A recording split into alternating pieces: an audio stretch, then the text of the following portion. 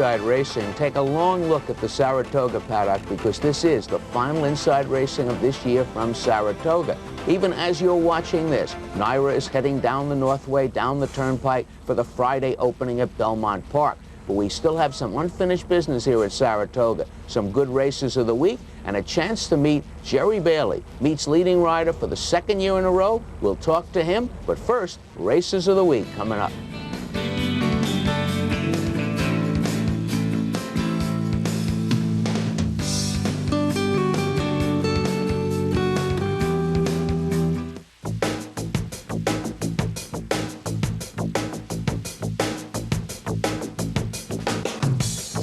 Joined now by John Imbriale, whose name I do not believe appeared in the credits, and they took a year away from Jerry Bailey. He won it the last 2 years in a row. This will be his third year. That is correct, and we did have Jerry obviously had a terrific meeting, but we had a good closing week here at Saratoga. The two-year-old's always special up here, and we finished it out on a high note. We'll start with the girls. Okay. Let's go to the girls first. The Grade 1 Spinaway was run here last Friday. Two-year-old fillies at 7 furlongs. Let's hear Tom Durkin's call.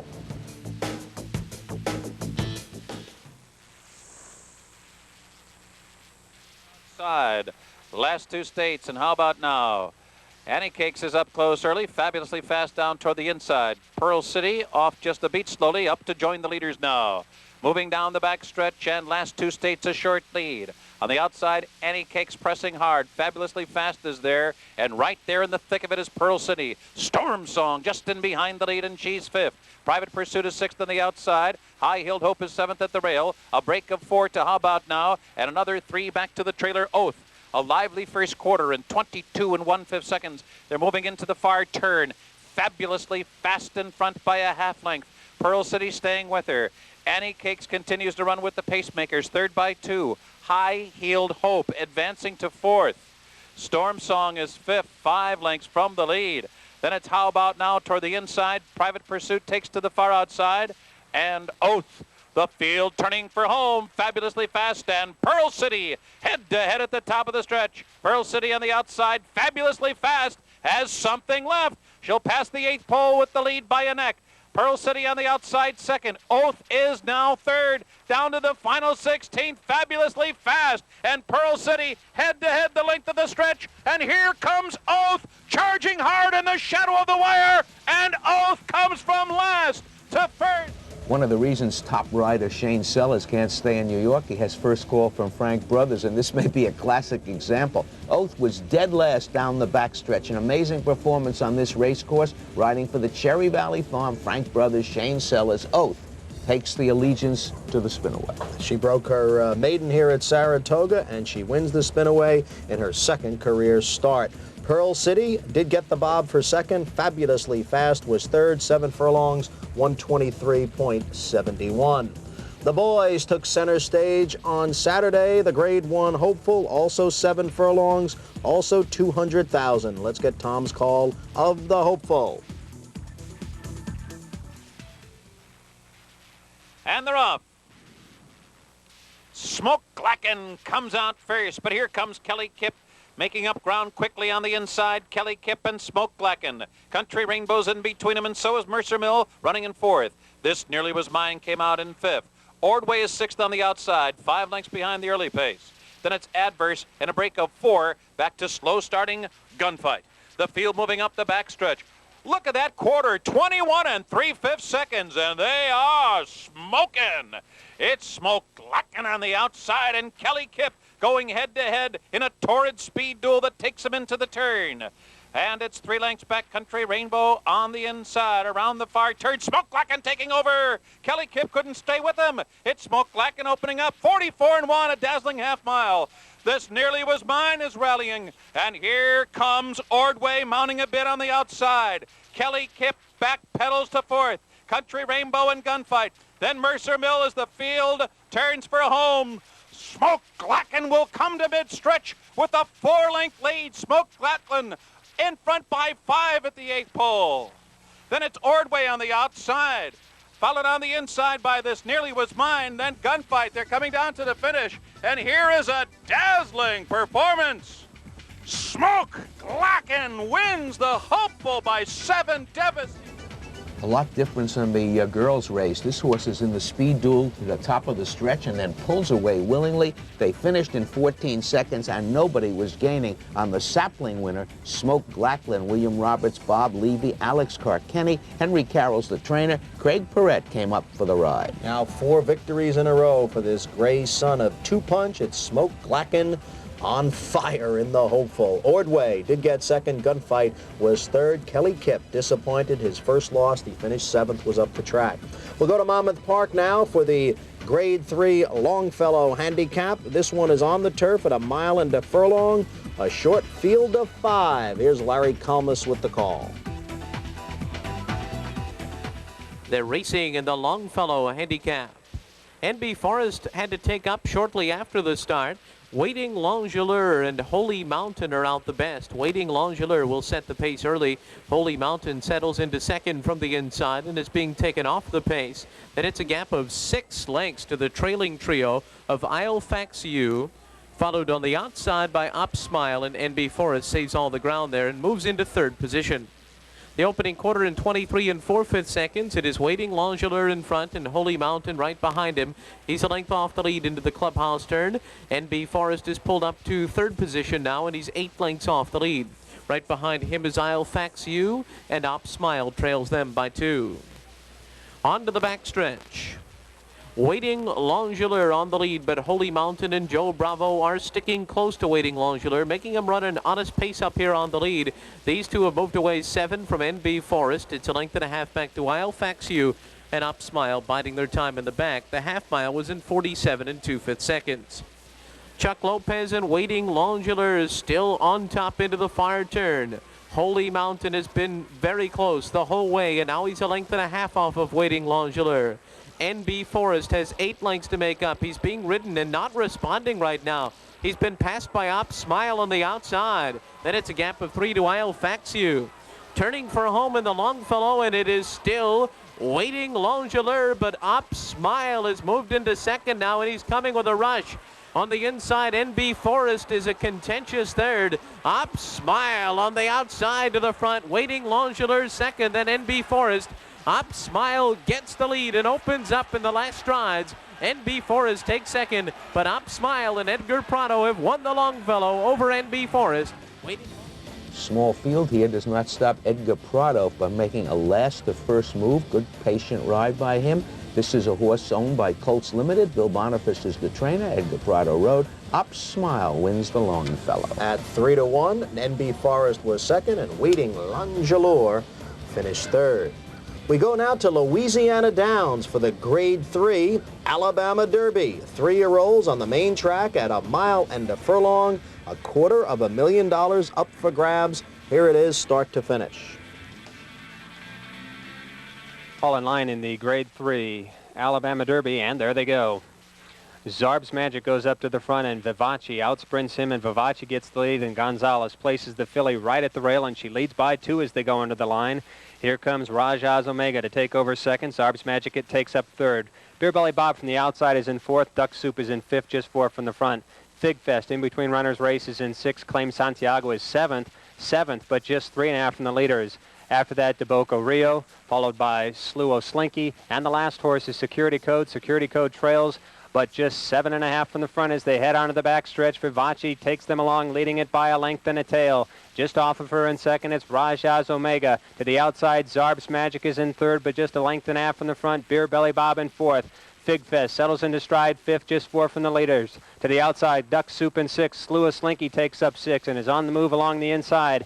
After that, De Boca Rio, followed by Claim Santiago, and the last horse is still Security Code, but still about 8 or 9 from the front, a half mile to run, and Vivace has led every step of the way. The pace picks up now. Here comes Zarb's Magic to trying to get up closer. Between those horses, Rajah's Omega, running order really hasn't changed much as all as they go to the far turn. Vivace throws 2 on this field as they go through the final 3 furlongs. Zarb's Magic struggling to keep up into second, and now gaining gains second and goes out after the filly. Rajaz Omega's finish fading. Here comes Big Fest into third. Sluis Linky in fourth. Security Code has 7 lengths to make up. Out of the turn and into the stretch. It's Vivaci's race to win or lose. She leads it by 2.5. Zarb's Magic is doing his best running now, but not making much of an impression. Big Fest from the outside coming on in third. A furlong to go for the filly. Vivaci leads it by over 2. Big Fest is going to run down Zarb's Magic, and he's not going to catch Vivaci. The filly that's won $250,000 just wins another. Vivaci wins it from Big Fest and Zarb's. The filly wires the colts. The Post Oaks Farms, Vivaci, Carlos Gonzalez up, and Brent Davidson, the trainer,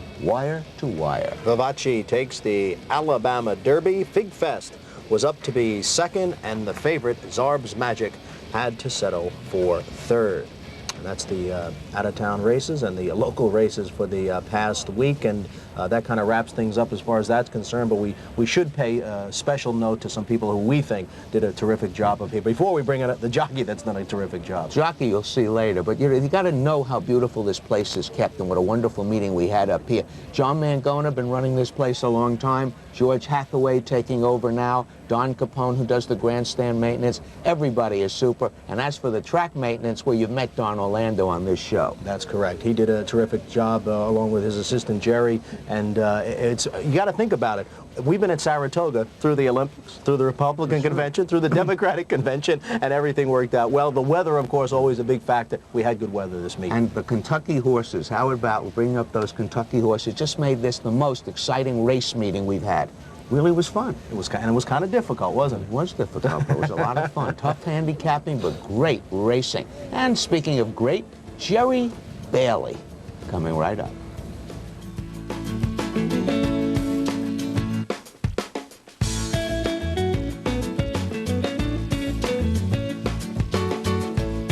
Bailey on the verge of winning his 3rd consecutive riding title here at Saratoga. A reminder, we are taping this on Sunday, so there's 2 racing days left, and you're 4 away from last year's record. What are your shot? 1 today, possibly 2. I think maybe I could tie it, not break it. You don't really care, though. It's not something. It's not something that's obsessing you.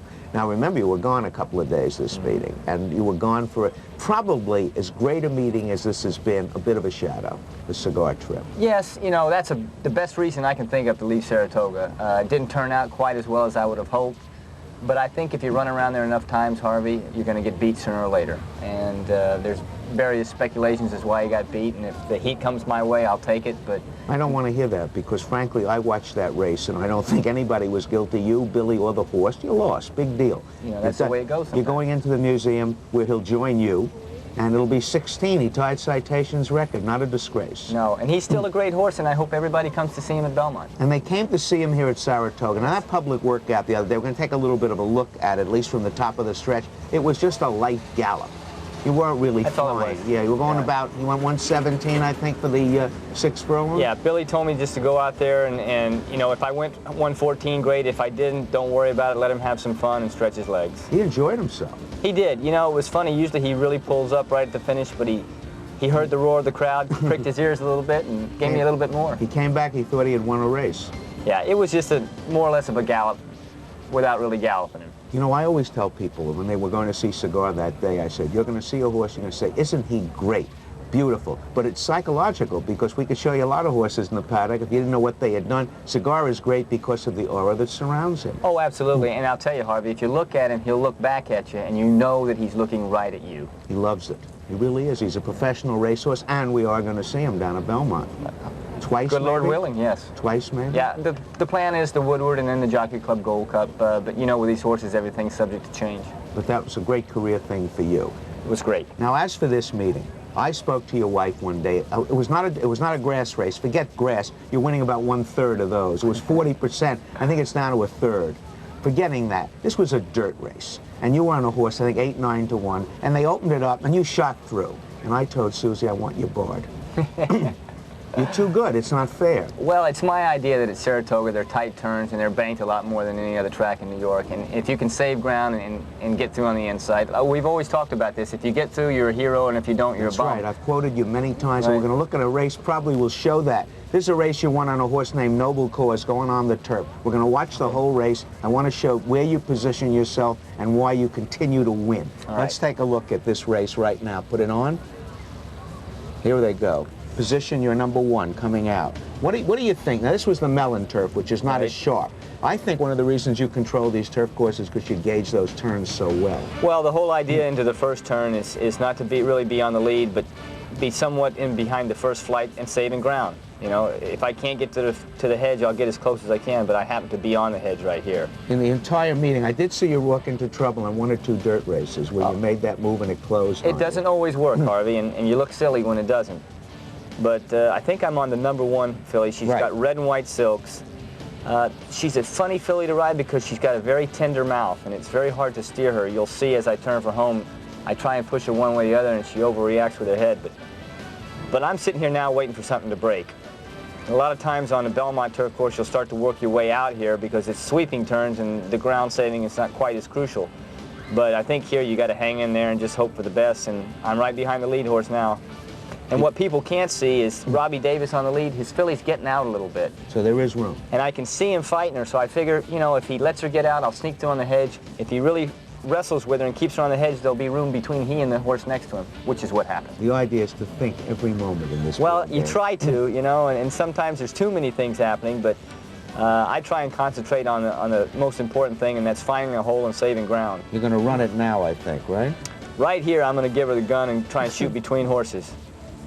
This is the point at which we say, don't let him ride here anymore. Get Bailey out. Even if we wager on you, people get mad. He's too good. Shane Sellers said it here. He said, I just watched Jerry, and that's where you learn. Well, that's quite a compliment, because Shane's a wonderful rider. But you also have the horse to get through the holes. That's true. You have to have the horse, and you're being put on horses that are good enough, but not good enough to win a third or more on the turf. That's an unreal. Nobody understands that percentage. At one point, it was over 40. Yeah, and then I think I messed a few up. You missed a few. Actually, we rode horse with no shot, and you did lose. But it's really remarkable. Well, I feel very comfortable up here, and especially on the turf, I feel very much at home. You think you can match Cordero's record and win that many riding titles? There is no way in the world anybody can do what Angel Cordero did up here. That is just astonishing. I think if you get close to it, he might come around and hit you. I don't think he wants that broken. It is quite a record. I don't think I can ride that long, Harvey. Well, I don't know. How many years you figure you're going to last? Oh, 4 or 5 more. You have a goal? I think 45 would definitely be the last year I ever ride. 45 years If I can make it that far. You don't want to go to 50 or 60. Johnny Longden went into his 60s. Maybe if I just rode on weekends. Yeah. But one of the good things is you're finding these holes every time. And again, we go back to Belmont. Explain to the fans, more sweeping turns, more things to do. Oh, sure, and the non-existence of banks. The banks, anytime you go around a field when there's a bank on the turn, you're running uphill. So it's much more difficult on your horse. And when you do this thing, you think it over. You look at it and you know everything. Well, I try and plan everything out, and then when the gates open, I throw the book out the window. Having a very good time. He's already in the Hall of Fame. He will be joined by Cigar. He'll eventually be joined by Billy, too. You'll all be in there. We'll go and talk to you forever. Thanks a lot. Good luck down below, and I hope that Cigar at least pleases us, runs his 2 races, wins. He's a great horse, and you've been a great combination. We are going down to Belmont. We're going to have a big weekend. You know, the Pick the Pony things with the NFL will be coming up. We open on Friday. There'll be big races all weekend. So we'll see you at Belmont Park on Friday. And right now, a salute to the Saratoga meeting from the guys in our CCTV crew. Good night from Inside Racing.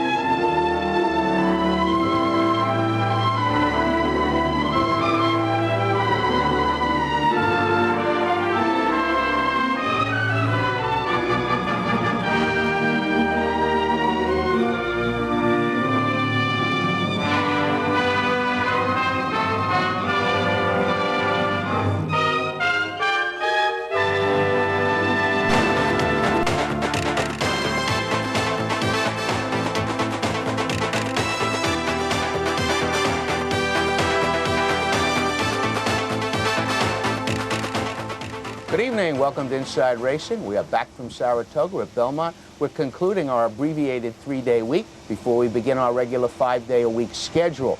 A cigar is in the wings. Things are looking good. We have some races of the week for you. And one of America's premier jockeys is joining us for the Fall Championship meeting. Bad news for our riding colony, good news for our fans. Gary Stevens coming right up.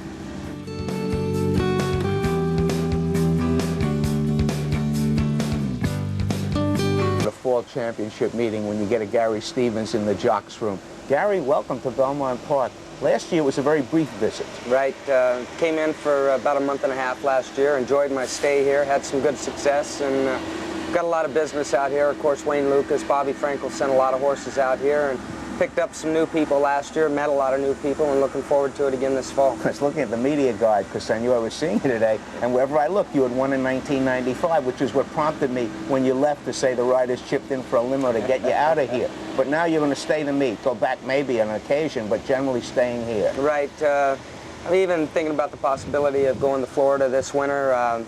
You know, it's a good challenge for me. It keeps me sharp. Of course, coming off the injury, things are a little bit different than what they were in 1995. I came in here with a lot of powerful horses, and right now I'm looking to, you know, build my business back up again. I'm probably going to have to prove myself a little bit. People are a little bit leery. Want to know that Gary Stevens is 100%, but hopefully if they're watching me out in the afternoon, they'll see that I'm back. We have Bobby Frankel and Wayne Lucas. Two of your clients are here. Right, right. And got a very powerful stable right now. Bobby's got some very good turf horses out here, some young fillies that look like they're going to be very competitive around here. I want to ask you something. We've always watched the jockeys there and the jockeys here, and there's been a bit of a battle. We think we have a strong colony. We know you have a strong colony. What about styles? Are the styles different? Well, I think here on the East Coast you get a lot more patience than what you do on the West Coast, and I don't think that's necessarily to do with the jockeys themselves, except you have to adjust. If you're racing on the West Coast, you tend to have to make your horses show a little bit more speed. If you're riding here at Belmont, you better be a little bit more patient, make sure that you've got horse the last quarter of a mile, and it seems that here on the East Coast there's a lot more young and up-and-coming riders that are going to be around for a long time, the Mike Smiths and whatnot. Where on the East or West Coast right now, we're at a stage where we don't have any young riders right now. I mean, Corey Nakatani, he's established, he's been around for a long time now, and we need some young blood, but it's very, very competitive on both the East and West Coast, and to try and make comparisons, I think it's difficult. I think that you know, we should look at it as racing in America, not the East Coast versus the West Coast. I think we can be proud of the riders in America. But what you said just then is true. We watch those races from California. There's a tendency to go early. Right. Whereas here, particularly at Belmont, with the wide sweeping turns, what we call the balcony move, patience is more of a virtue. Absolutely. And you know, I see races, riding races out in California where it's very, very frustrating. You'll have a horse that's looks on paper as to be cheap speed. He goes out, goes 21 and 2, 44 flat. They're supposed to stop. When they don't stop, something's wrong. You know, to me, that's not true horse racing. Anybody, a mailman, can go out and push one and 21 and 2, 44. It doesn't take any sense to ride a race like that. And you know, I think you've got to use your head a little bit more out here on the East Coast than what you do out there. I watch that occasionally. We look at those fractions, we figure them, they just don't. Why is that? Is it the racetrack? Well, our tracks are very hard out there. We're basically racing at 3 racetracks throughout the year, and they get a lot of traffic over them, not only the horse traffic, but the equipment going over it 9 times a day. And when a race meet starts up, as that equipment goes over it 9 times a day, the track becomes harder and harder, faster and faster. And unfortunately, we seem to have a lot more injuries because of that, because of having hard racetracks. And out here on the East Coast, you know, I notice another big difference in the training in the morning. You can go out here and breeze a horse 5 furlongs in 1:03, and it doesn't really seem to matter how fast you go. They get a lot of fitness out of it. Long, slow gallops out there on the West Coast. If you work a horse 5/8 of a mile and you go in over a minute, they haven't gotten anything out of it. They seem to, you know, you really have to drill a horse hard in the morning, and it takes away from the longevity of their career. It's an interesting difference. I know it's like when we have a horse go out in 21 change, 44, Durkin will say 44 and 2. In California, that's just a normal half. Yeah, you learn to just take it with a grain of salt. You can feel what's going on underneath you, how much horse you have underneath you, but like I say, the frustrating part is is having a horse in front of it that you know is going too fast, and they're supposed to back up, and they don't back up, and it becomes a little bit frustrating, but that's California racing. You've had a lot of injuries. You've come through a lot of injuries. Right. Had my right shoulder, right knee done in 1985, recovered from that. Left knee done in December of last year, arthroscopic surgery, and then the left shoulder done here in June. So I pretty much got a new body. Hopefully it'll give me another few years out of my riding. I feel great right now. The shoulders recovered well, and it was becoming troublesome for me. It was becoming unstable, and to get it taken care of, I feel a lot better going out in the afternoon, knowing that it's not something that I have to consciously think about, worry about injuring, and it's just good to be back 100% again, be sound. It's great to have you here. What about our turf course compared to theirs? Well, again, wide sweeping turns, it's much different than what California is. Although the opening couple days here, it looked like the turf might be favoring speed horses a little bit. Particularly the Widener. The Widener was favoring it even more. Exactly, and but I think we'll notice a change as the race meet goes on. It's fresh. No one's raced on it for some months here, and it's in great shape. It's a little bit firm because of the dry summer, and as we get some more moisture, it's going to slow down a little bit, and I think you'll see the speed come back a little bit. Have you been going to Woodbine from here? Would that be a fair guess? Yes. So for be here to the Breeders' Cup, and you may come back. You may stay on the East Coast. Yeah, we've got a lot of traveling here in the next couple of weeks. I'm going to be in Kentucky and traveling to Canada and all over the place. So looking forward to the fall. He's with us. In fact, if you didn't notice from this interview, during one of his injuries, he joined us on NBC for the Breeders' Cup, and he was great. He's a natural. Thanks, Gary. Thanks, Good to have you here. Right back with the Races of the Week.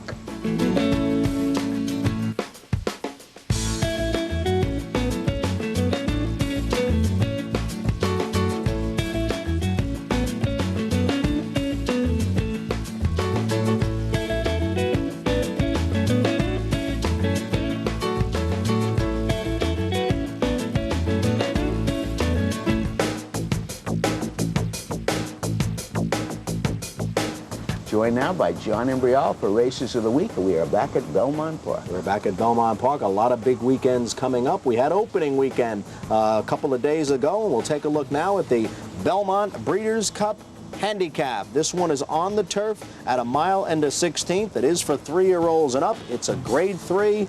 Let's take a look at it with Tom Durkin's call.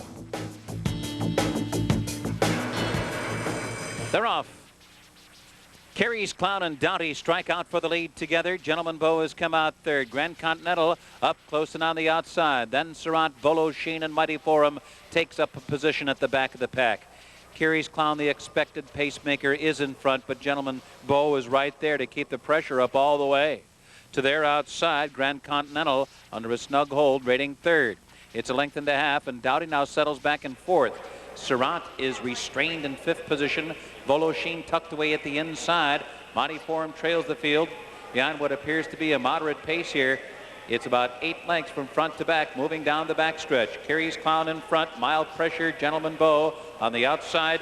Grand Continental runs third. The opening quarter went in 23 2/5 seconds. As the field moves into the far turn, Carey's Clown continues to lead the pack, a 46 2/2 mile. Gentleman Beau running second. Grand Continental remains third. Doughty now gets a nudge from Jerry Bailey fourth. Surratt fifth on the outside. Volo Sheen's got a bit to do here. 7 lengths from the front. Mighty Forum is still the trailer. Nearing the top of the stretch, Carey's Clown strong heading for home. Carey's Clown 2-length lead. Gentleman Beau and Grand Continental. Doughty 4 lengths behind. Then Surratt, Volo Sheen bottled up at the rail. Mighty Forum switches to the outside for the run into the stretch.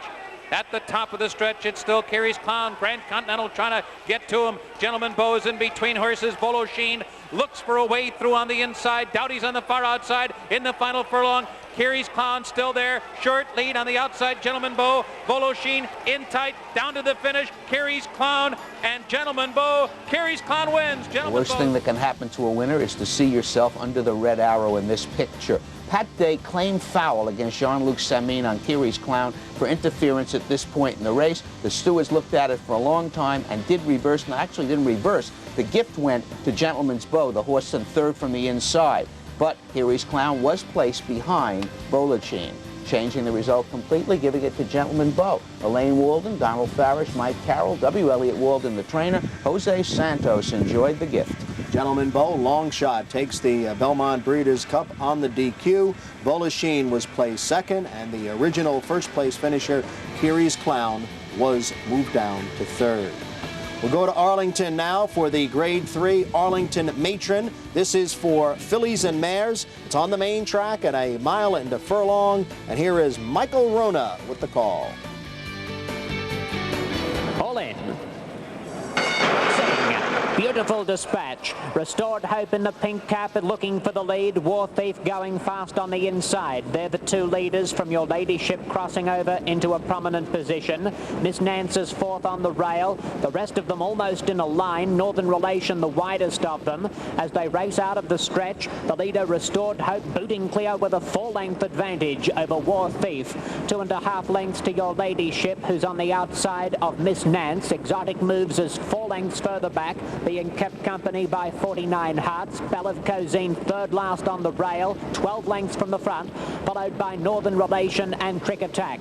Into the back stretch, and Robbie Alvarado sends Restored Hope clear by 7 lengths. War Thief second, 2 lengths your ladyship, and just over a length to Miss Nance in fourth. Belle of Cosine making a mid-race move. Pettinger hooks her off the fence, and she's going up now into a joint third, about 8 lengths from the lead at the half mile.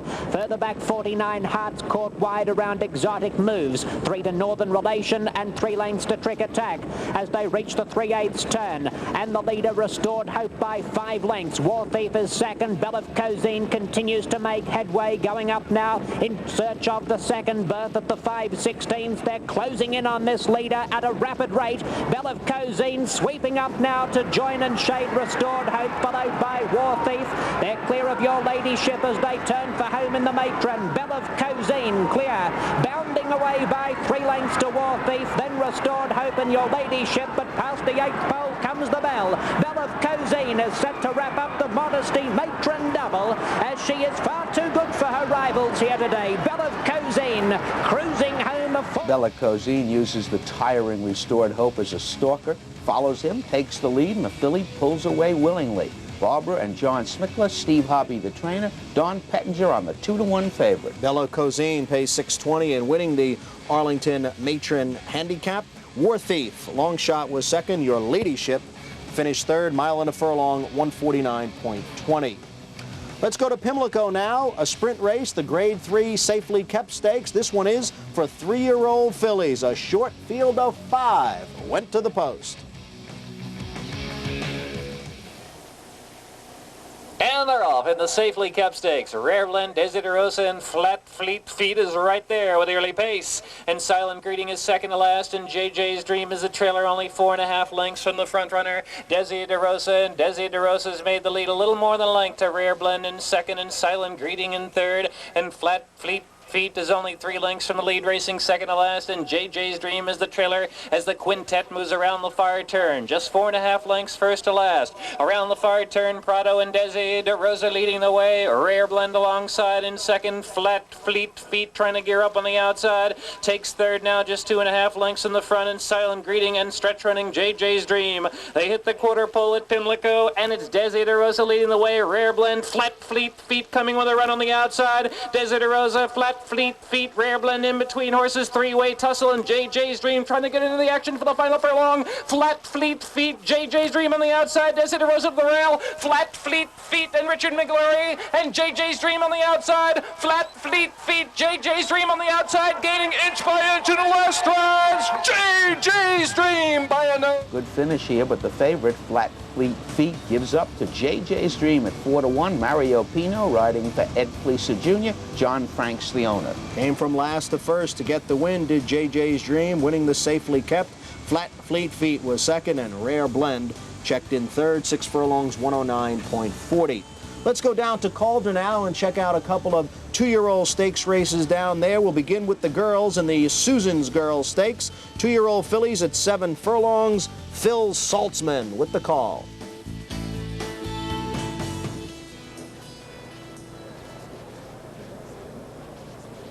And they're off. It's a good start, and on the outside, Devilish Brunette moves for the lead. Far outside, that's Diablo's Dancer moving toward the inside. It's Baby I'm Leaving. Then at the rail, Siberian Fur rushes into the first flight. Length and a half to the inside, it's Dance with Jean. They leave the chute, move on to the main track. It's Devilish Brunette leading a half lane. At the rail, Siberian Fur is second. It's a length back toward the inside. That's Dance with Jean. Then toward the outside, it's Diablo's Dancer moving strongly between horses Fortunate Kate. Then a length back to the inside. That's Dance for Thee. It's 2 lengths back, far outside. That's Five Forks. Then to the inside, Siberian Cat with Baby I'm Leaving. On the extreme outside, that's Becky's Fired Up. That's another length back to Fortunate Smile, and 5 lengths to the trailer, finally a birdie. They went the half in 45 and 2 after an opening quarter of 22 seconds flat. It's still Devilish Brunette in front by a half length. Dance with Jean moves alongside to challenge for the lead. 2 lengths back, Dance for Thee comes on. They're at the top of the stretch. Dance with Jean has the lead a half length. Devilish Brunette on the inside is second down the middle of the track. Dance for Thee comes on. It's 2.5 lengths back. That's Fortunate Smile. They come to the 16th pole. Dance for Thee now leads by 2 lengths. In second position, Dance with Jean on the outside. Fortunate Smile. It's Dance for Thee. These companion 2-year-old races at Calder have produced some Breeders' Cup nominees and even a winner once in a while. Dance for Thee, I guess one to watch. Eduardo Nunez was up. Leo Asperusa, the trainer. Dance for Thee, the winner. You can see her making that move at the top of the stretch, and she kept going and wins the Susan's Girl. Dance with Jean was second. Fortunate Smile finished third. 7 furlongs, 126. Let's check out the boys now at the same distance in the Affirm Stakes. 2-year-old Colts and Geldings, another $125,000 up for grabs. Here again is Phil Saltzman.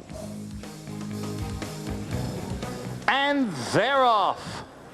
On the inside, Justin Actor breaks sharply and rushes out for the lead in the middle of the track.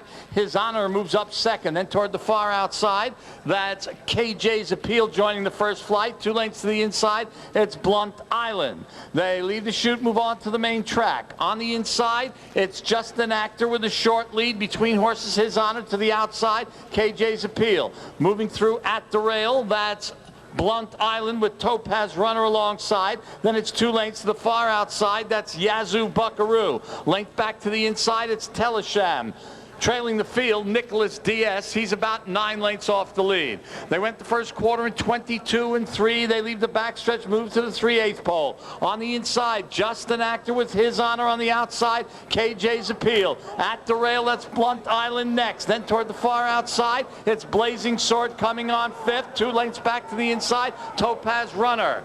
The half in 45 and 3. Past the quarter pole to the top of the stretch. They've got His Honor to catch by a length. Down the middle of the track, here comes Blazing Sword. Blunt Island, and on the inside, it's Justin Actor. They're past the 8th pole now. On the outside, Blazing Sword gets the lead. Moving between horses, Blunt Island on the inside, His Honor. They're in the final 16th now. It's Blazing Sword gonna take the Affirm division. It's His Honor getting the place. 3 to 5 shot does not disappoint. Abdiel Taribo, the rider. Kathleen O'Connell, the owner. The Stonehenge Farm. Blazing Sword at 3 to 5. Blazing Sword by about 3/4 of a length over His Honor. Blount Island was third. 7 furlongs for the boys. 124.60. Well, our first big week of racing will really climax next week when Cigar actually appears here in a race. That's correct. He'll be here on Saturday in the Woodward Stakes. Actually, we've split the weekend last year, the Super Stakes Saturday, all on one day. We've got 3 big stakes this Saturday, including the Woodward with Cigar, as well as the Man of War and the Ruffian. Then on Sunday, it'll be the 2-year-olds and the Futurity and the Matron, and the Jerome as well for 3-year-olds. The terrible thing about horse racing is even when you're a week ahead, the word appears, scheduled to run. That's the unfortunate thing about horse racing. We'll do this. You will see him in the Woodward, we hope, next Saturday. We hope to see you here then. Good night from Inside Racing. Good night.